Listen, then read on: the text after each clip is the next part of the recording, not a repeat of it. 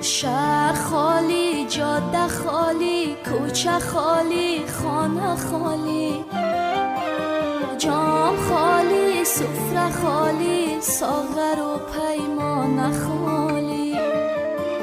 کوچ کرده دست دست آشنایان اندلی با خالی، باغچه خالی، شاخه خالی، لانه خالی. وای از دنیا که یار از یار میترسه، غنچه های تشنه از گلزار میترسه، عاشق از آوازه دیدار میترسه، پنجه خمیاگران از دار میترسه، شه سوار از جاده هموار میترسه، این طبیب از دیدن بیمار میترسه.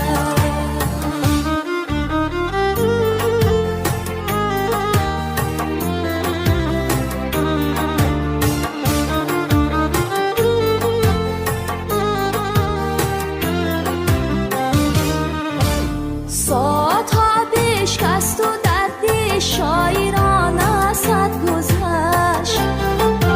سالهای انتظاری بر من و تو برگذشت، آشنا ناآشنا شد تا بلی گفتم بلا شد،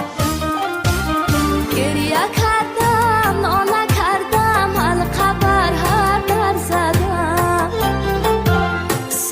سنگی کلبه‌ای ویرانه را بر سر زدم،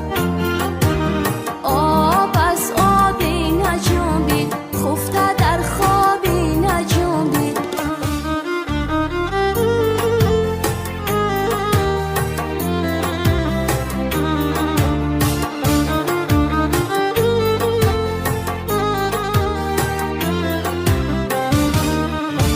چشمه ها خشکید و دریا خستگی را دم گرفت،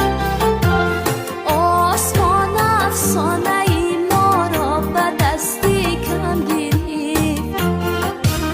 جام ها جوشی ندارد، عشق آغوشی ندارد، بر من و بر ناله هایم هیچ کس گوشی ندارد، شهر خالی، جاده خالی، کوچه خالی، خانه خالی، جام خالی، سفره خالی، ساغر و پیمانه خالی. کوچ کرده دست دست آشنایان اندلی با خالی، باغچه خالی، شاخه خالی، لانه خالی. بازا تا کاروان